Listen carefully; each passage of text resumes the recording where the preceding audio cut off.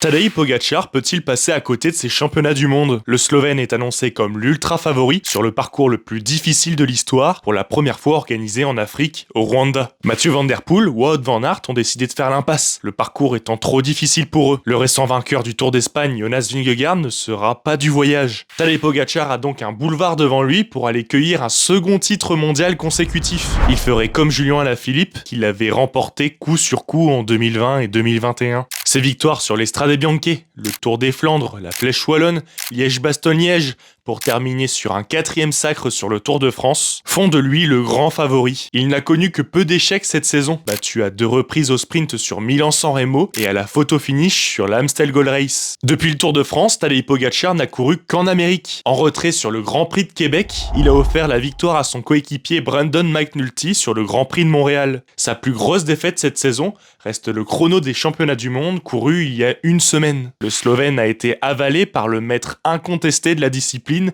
Remco Evenepoel, terminé à plus de 2 minutes 30 du Belge et échoué au pied du podium pour 1 seconde. Le Slovène serait-il prenable sur la course en ligne? Pogačar avoue une certaine fatigue et lassitude, mais veut terminer le travail en beauté. Le mont Kigali, 6 km à 6,6% de pente moyenne, est sur le papier l'ascension qui lui convient le mieux. Elle est située à 100 km de l'arrivée, alors son équipe fera-t-elle tout exploser? Remco Evenepoel sera sans doute son plus grand adversaire.